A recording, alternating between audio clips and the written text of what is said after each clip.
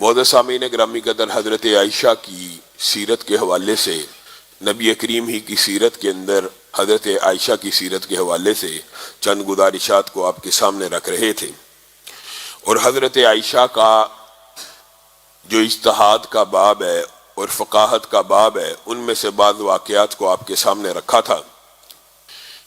انہی واقعات میں سے چند ایک باتیں مزید آج آپ کے سامنے رکھیں گے۔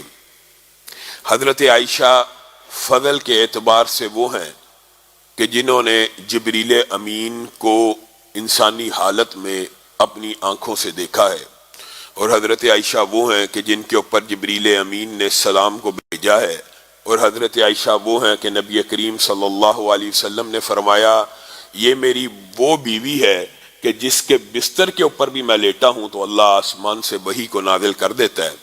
اور حضرت عائشہ کو یہ شرف اور اعزاز حاصل ہے کہ خامن تو نبی ہیں، باپ بھی صحابی ہیں، دادا بھی صحابی ہیں، اور ان کے بھائی بھی صحابی ہیں، اور ان کے بھانجے بھی صحابی ہیں۔ چار نسلیں اگر صحابہ میں سے کسی کی صحابی ہوئی ہیں تو وہ حضرت ابو بکر کے خاندان کو شرف حاصل ہوا ہے۔ امی عائشہ نے بہت سے مقامات کے اوپر اتباع رسول اور رسول اللہ صلی اللہ علیہ وسلم کی سنت کی اہمیت کو صحابہ کے اوپر بیان کیا، اور یہی ہمارا مسلک ہے، یہی ہمارا منہج ہے، یہی ہمارا منشور ہے کہ کتنی عام فہم بات ہے کہ اگر کسی معاملے میں کسی مسئلے میں کوئی حدیث موجود ہو تو پھر کسی امتی کی بات کو نہیں لیا جائے گا، بلکہ کس کو لیا جائے گا؟ حدیث کو لیا جائے گا۔ یہاں پہ جزوی طور پہ ایک بات میں ضرور کر دینا چاہتا ہوں کہ بعض اوقات حقیقت میں بھی یہ بات بھی درست ہے کہ ایک حدیث کے دو معنی نکلتے ہیں۔ جہاں پہ دو معنی یا دو مفہوم نکلنے کی گنجائش موجود ہو، ان دونوں مفاہیم کے اوپر ایک گروہ ایک مفہوم پہ عمل کر لے، دوسرا گروہ دوسرے مفہوم پہ عمل کر لے تو اس میں بھی کوئی حرج کی بات نہیں ہے۔ لیکن جس حدیث کا مفہوم دوسرا نکلنا ناممکن ہے، آج آپ نے یہ بات سمجھنی ہے کہ پھر اس مفہوم کو چھوڑ کر جو حدیث کا ظاہری مفہوم ہے اور دوسرا مفہوم نکل نہیں سکتا، کسی امتی کی بات کو مان لیا جائے تو صحابہ کا، ائمہ کا اس بارے میں کیا موقف تھا اور کیا عقیدہ تھا۔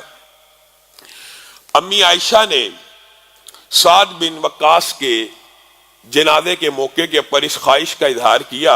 اب یہ رسول اللہ صلی اللہ علیہ وسلم کی وفات کے بعد بہت لمبا عرصہ گزرنے کے بعد کا واقعہ، 54 ہجری کے قریب، اور اس وقت صحابہ مدینے میں کم موجود ہیں اور تابعین اور تبع تابعین کی تعداد زیادہ ہے۔ سعد بن وقاص کے جنازے کے بارے میں امی عائشہ نے خواہش کا اظہار کیا کہ اس کو مسجد النبوی میں لے کے آیا جائے، میں عائشہ بھی اس کا جنازہ پڑھوں گی، اس کے لیے دعا کروں گی۔ بعض تابعین نے، تبع تابعین نے اس کے اوپر اعجاب کا، عجابت کا اور نکارت کا اعتراض کیا کہ امی عائشہ کیا کہتی ہیں، مسجد النبوی کے اندر جنازہ ہوگا۔ یہاں پہ آپ نے ایک مرتبہ رک کے اس بات کو سوچنا ہے کہ امی عائشہ اس وقت یہ جواب دے سکتی تھی نا، ابھی کچھ عرصہ پہلے تو تم نے عمر کا جنازہ مسجد النبوی میں پڑھا، ابھی کچھ عرصہ پہلے تو تم نے حضرت ابو بکر کا جنازہ مسجد النبوی میں پڑھا۔ لیکن امی عائشہ بھی اپنا عقیدہ بیان کر رہی ہیں، اور یہی ہمارا منہج ہے، یہی ہمارا مسلک ہے۔ امی عائشہ نے ابو بکر صدیق کے جنازے کو حجت نہیں بنایا، عمر کے جنازے کو حجت نہیں بنایا، حالانکہ صحابہ کی کثیر تعداد نے پڑھا تھا، یاد کروا سکتی تھی۔ لیکن امی عائشہ نے کیا کہا تم بھول گئے ہو کہ سہیل کا جنازہ آیا تھا اور نبی کریم صلی اللہ علیہ وسلم نے اسے مسجد النبوی میں ادا کیا تھا۔ حالانکہ بات بڑی آسان تھی خلفائے راشدین کے جنازے کے حوالے سے۔ تو میرے بھائیوں، جب بات اختلاف کی آ جائے، ایک جگہ امتی کا قول موجود ہو اور ایک جگہ حدیث رسول موجود ہو، تو امی عائشہ نے اس وقت لوگوں کو یاد کروا دیا۔ ہاں بات آئی ہے جزوی طور پہ تو یہ بھی سمجھ لیجئے کہ نماز جنازہ کو مسجد کے باہر بھی جنازگاہ میں جہاں پہ دفن کرتے ہیں، وہاں پہ آپ نے قبرستان میں جنازگاہ دیکھی ہے، وہاں پہ ادا کیا جا سکتا ہے۔ اور نبی کریم صلی اللہ علیہ وسلم نے جس طرح مسجد النبوی کے اندر سہیل کے جنازے کو ادا کیا، صحابہ کے جنازے ہوئے، خلفائے راشدین کے ہوئے، اس طرح بعض جنازے مسجد سے باہر بھی ہوئے، مسجد سے باہر بھی ہوئے، اس میں کوئی حرج کی بات نہیں ہے۔ لیکن یہ کہہ دینا کہ مسجد میں جنازہ ہو نہیں سکتا، یہ نبی کریم صلی اللہ علیہ وسلم کی حدیث کی سراسر مخالفت ہے۔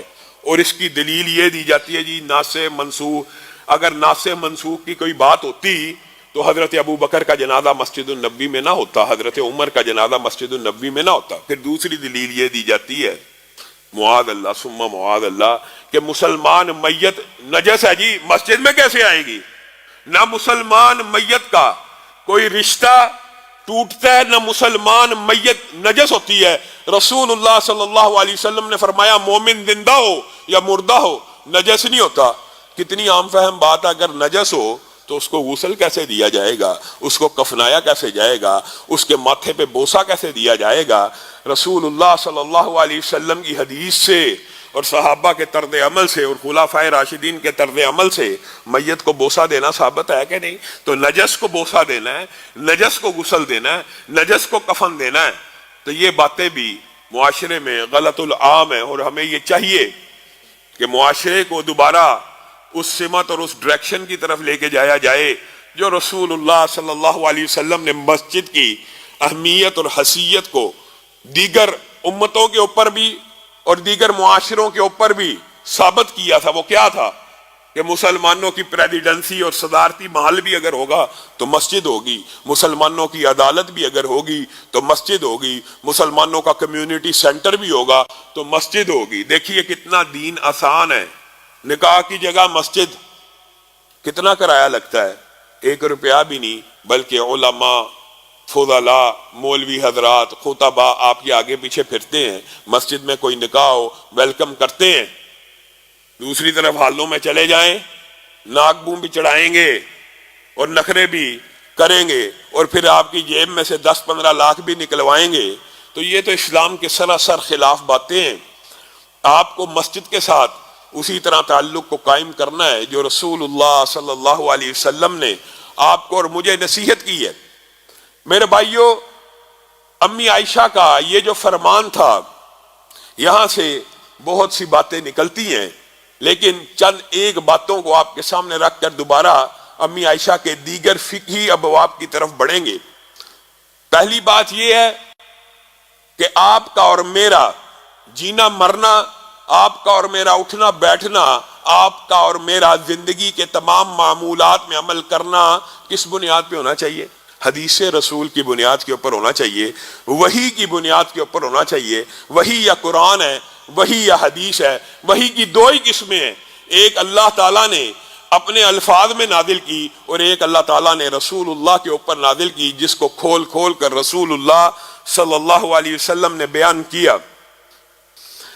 آپ اور میں آج جس معاشرے میں ہیں، ہم نے رسول اللہ صلی اللہ علیہ وسلم کی احادیث کی وہ قدر نہیں کی جو ہمارے ائمہ نے اور صحابہ نے کی ہے۔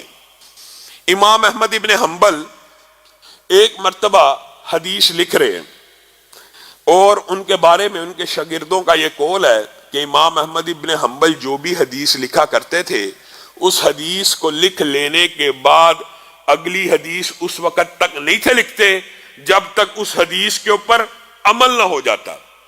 آج ایک عجیب ماجرا ہوا، شاگردوں نے دیکھا امام احمد ابن حنبل حدیث لکھ رہے ہیں، حدیث مکمل لکھی۔ پہلے معمول یہ تھا حدیث لکھ لیا کرتے تھے اور اس کے بعد اس کے اوپر عمل کرتے تھے، اور عمل پختہ ہو جاتا تو اگلی حدیث لکھا کرتے تھے۔ آج حدیث لکھ رہے ہیں اور حدیث لکھتے لکھتے رک گئے ہیں۔ حدیث کس بارے میں ہے؟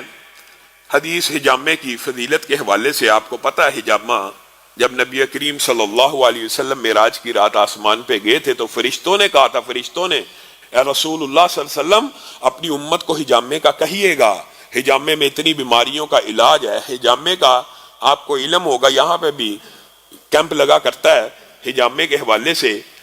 اس کے اندر انسان کا فاسد خون، جب انسان کے چہرے پہ کچھ دانوں کے آثار آئیں، گھٹنوں میں درد ہو، جسم کے کسی حصے میں دردیں شروع ہوں، تو فاسد خون نبی کریم نے کہا نکلوا لو، اس کو حجامہ کہتے ہیں، جس کو آپ کپنگ کہتے ہیں، پرانے دور میں اس کو سینگی کہا جاتا تھا۔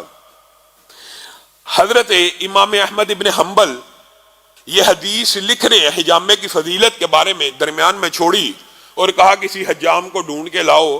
میں احمد ابن حنبل کو اس وقت حجامے کی طلب نہیں ہے، فاسد ہون فی الوقت محسوس نہیں ہوتا، جسم میں موجود ہے، لیکن میں یہ حدیث تب لکھوں گا جب میں حجامے کی سنت پہ عمل کر چکا ہوں گا۔ آپ بتائیے، ایک چھوٹا سا قول، ایک چھوٹی سی حدیث بھی ہمارے ائمہ نے، آج ہمارا بھی عجب عالم ہے، ہم حدیث سنتے ہیں، ہم حدیث سناتے ہیں، ہم حدیث پڑھتے ہیں، حدیثیں سننے اور سنانے کے لیے بھی ہیں، لیکن کس لیے سننی چاہیے، کس لیے سنانی چاہیے، کس لیے پڑھنی چاہیے؟ تاکہ اس کے اوپر عمل بھی کیا جائے۔ یہ نہیں کہ حدیثیں سن بھی رہے ہیں، سنا بھی رہے ہیں، پڑھ بھی رہے ہیں، پڑھا بھی رہے ہیں، لیکن عمل کوئی نہیں ہے، پھر ایسے سننے سنانے کا، پڑھنے پڑھانے کا کیا فائدہ؟ پھر یہ نبی کریم صلی اللہ علیہ وسلم کی حدیث کا معاذ اللہ استحقار ہے، استخفاف ہے، نبی کی بات کو ہلکا سمجھنا، یہ دین کے اندر بنیادی طور پہ غلطیوں کی ابتدا ہے، اور یہی ابتدا انسان کو انتہا تک لے جاتی ہے۔ امتی کا قول نبی کی حدیث کے سامنے پیش کر دیا جاتا ہے، اور پھر مطالبہ یہ کیا جاتا ہے کہ امتی کا قول مانا جائے، نبی کی حدیث کو چھوڑ دیا جائے۔